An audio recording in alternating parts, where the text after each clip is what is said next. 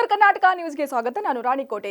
ರಾಜ್ಯದಲ್ಲಿ ನಡೆದ 3 ಉಪಚುನಾವಣೆಯಲ್ಲಿ ಕಾಂಗ್ರೆಸ್ ಭರ್ಜರಿ ಗೆಲುವು ಸಾಧಿಸಿದ ಹಿನ್ನೆಲೆ ಕಲಬುರಗಿಯಲ್ಲಿ ಕಾಂಗ್ರೆಸ್ ಮುಖಂಡರು ಸಂಭ್ರಮಾಚರಣೆ ನಡೆಸಿದರು.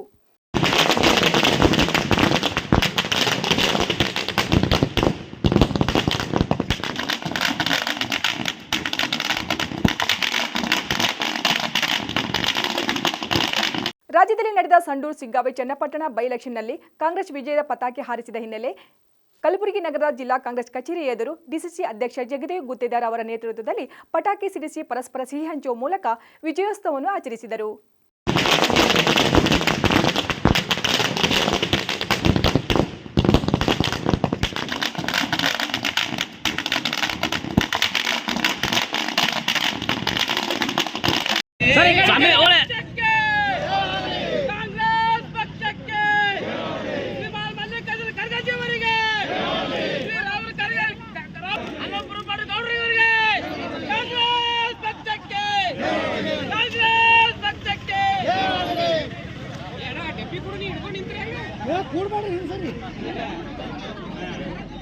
ಈ ಸಂದರ್ಭದಲ್ಲಿ ಶಾಸಕ ಅಲ್ಲಂಪ್ರಭು ಪಾಟೀಲ್, ಮಾಜಿ ಸಚಿವ ರೇವು ನಾಯಕ್ ಬಳಮಗಿ ಸೇರಿದಂತೆ ಅನೇಕ ಕಾಂಗ್ರೆಸ್ ನಾಯಕರು ಹಾಗೂ ಕಾರ್ಯಕರ್ತರು ಉಪಸ್ಥಿತರಿದ್ದರು.